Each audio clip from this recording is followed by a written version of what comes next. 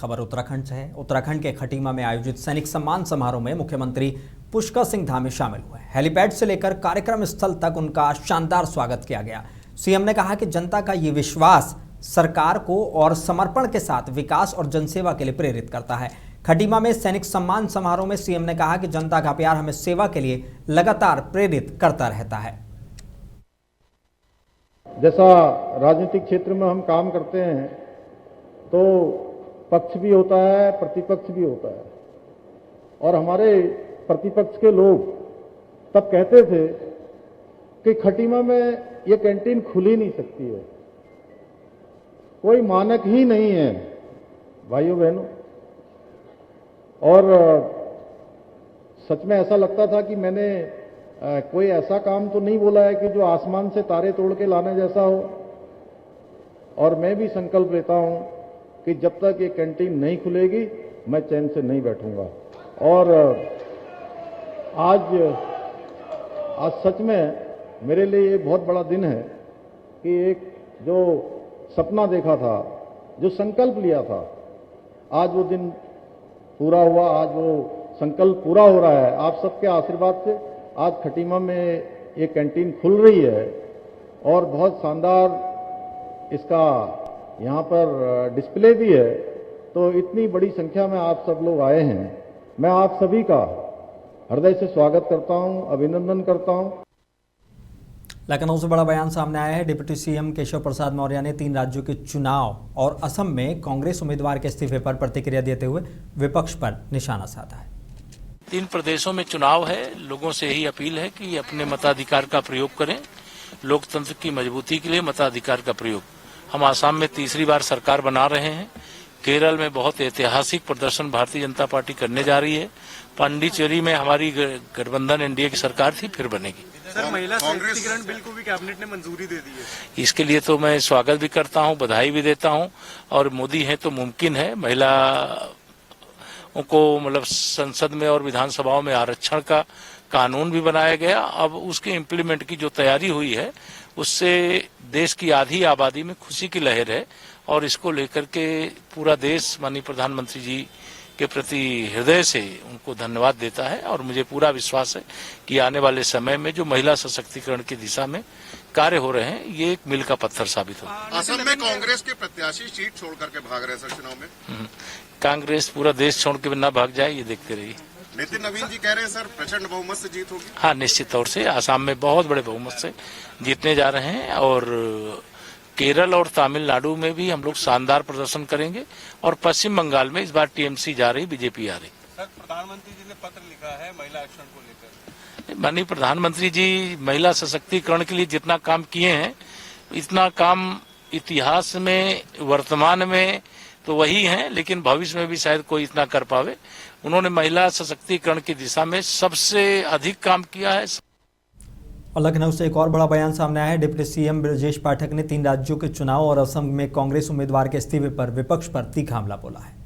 गठबंधन भारतीय जनता पार्टी के उम्मीदवार प्रचंड बहुमत के साथ जीत की तरफ आगे बढ़ रहे हैं। जनता का रुझान भारतीय जनता पार्टी और एनडीए प्रत्याशियों के पक्ष में है।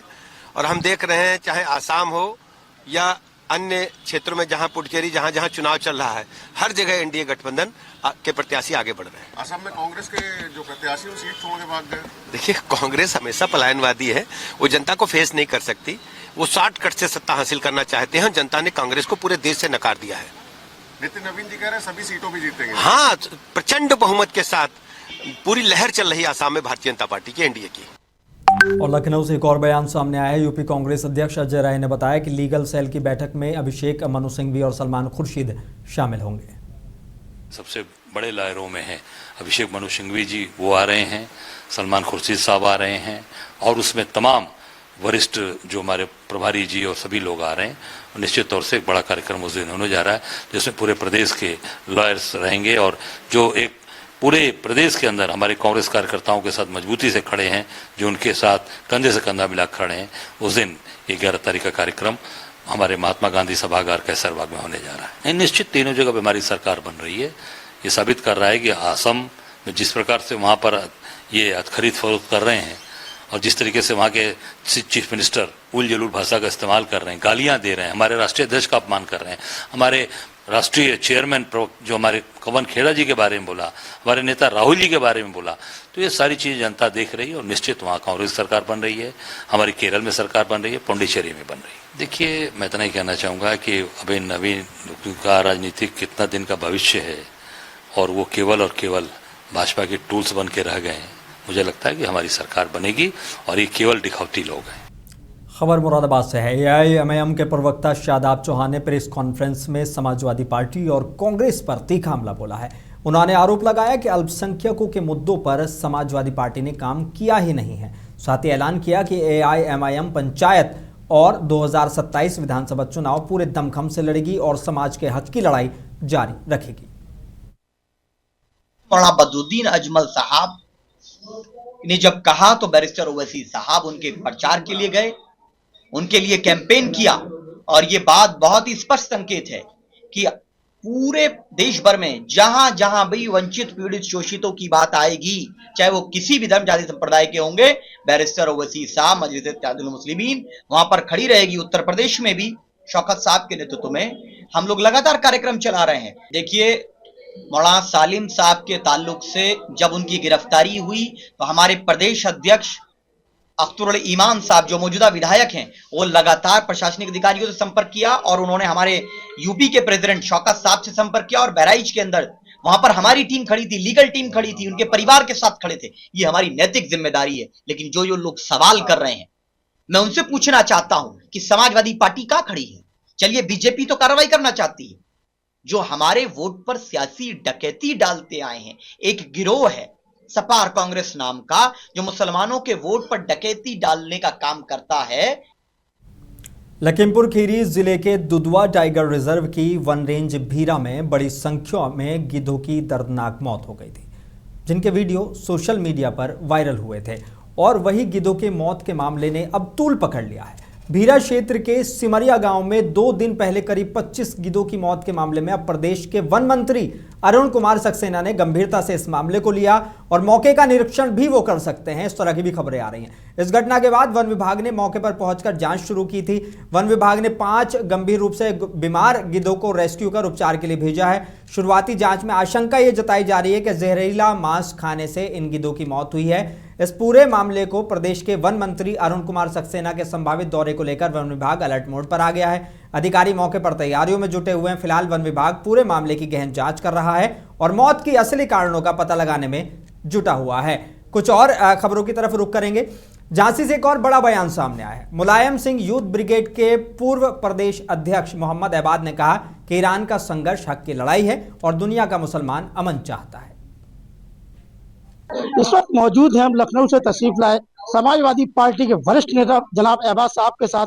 हम उनसे जानना चाहेंगे कि ईरान की जंग को लेकर जिस तरीके से 12 दिन का सीज फायर हुआ है, उनका कहना क्या है। देखिए, हमने देखा है 1400 साल पहले भी करबला में हक हमेशा जीतता है और जो हक पर लोग होते हैं, चाहे वो कोई मुल्क हो चाहे इंसान हो, खामनाई साहब और पूरे ईरानियों ने दिखा दिया कि इंसाफ की लड़ाई जो तमाम मसलक और तमाम धर्म के लोग कहते हैं कि हक पर रहना चाहिए, हक पे रहना चाहिए।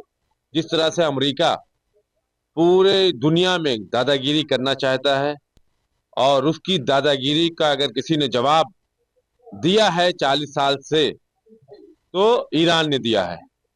और इसीलिए खामनाई साहब और ईरान अमेरिका को पसंद नहीं आ रहा था। अमेरिका और इजराइल ने जिस तरह से ईरान पर हमला किया, शहादतें हुई, उससे जब पलटवार ईरान ने किया और उस तो तमाम मिडिल ईस्ट, क्या अमेरिका और इजराइल हिल गए।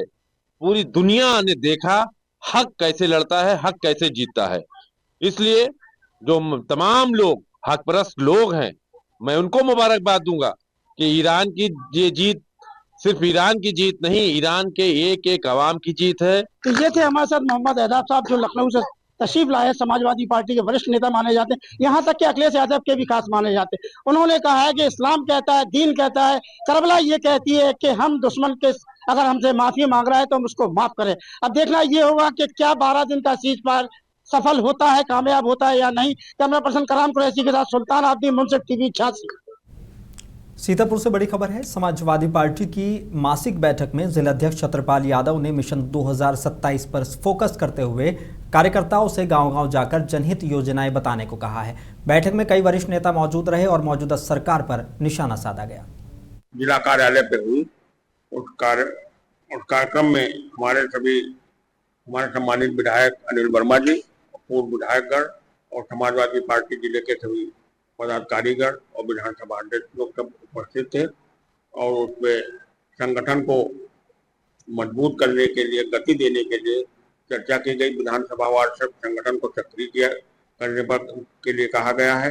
सभी अपने विधानसभा अध्यक्ष और प्रकोष्ठ के अध्यक्ष सभी मासिक बैठक करें और 2027 की तैयारी के लिए भी सबसे कहा गया है कि 2027 में इस भारतीय जनता पार्टी की सरकार से सब जनता उब चुकी है। भारतीय जनता पार्टी की सरकार डबल इंजन की सरकार है। उसके बावजूद भी हमारे प्रदेश में कोई भी काम जनता के नहीं हो रहे हैं। वाराणसी के चौबेपुर इलाके में अवैध खनन के आरोप को लेकर एक वीडियो सोशल मीडिया पर तेजी से वायरल हो रहा है। उस ऑडियो में कथित तौर पर थाना प्रभारी एसएचओ और एक पत्रकार के बीच बातचीत सुनाई दे रही है। इस मामले की गंभीरता को देखते हुए पुलिस विभाग ने सख्त रुख अपनाया है। पुलिस अधिकारी ने बताया कि मामले का संज्ञान में आते ही इस पर निष्पक्ष जांच के आदेश दे दिए गए हैं। पुलिस टीम अब खनन अधिकारियों के साथ मिलकर एक जॉइंट इन्वेस्टिगेशन करेगी ताकि वायरल ऑडियो की सच्चाई और उसमें लगाए गए आरोपों की पुष्टि की जा सके।